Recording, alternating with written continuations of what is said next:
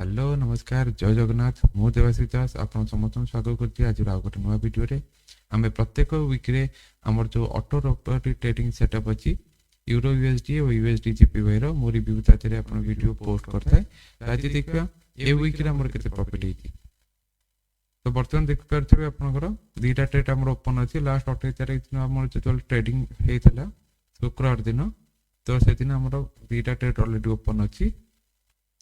अब वीक रे हमें जो देखियो ए वीक रे हमरो ट्रेड स्टार्ट हेतला आपनकर 26 तारिख दिन ट्रेड स्टार्ट हेतला 26/11/2024 रे अब एंड हेतला 29/11/2024 रे। तो ए वीक रे 41.19 रो प्रॉफिट हमरो हेची। बर्तमान हमरो बैलेंस होची 1494.65 और इक्विटी होची 1492.84। तो आपण लास्ट वीडियो रे हमर जाई कि आपण देख परिबे हमर केते बैलेंस ता एतरे थेला केते ऐड हेची आपण सब ताते जाई कि देख परिबे।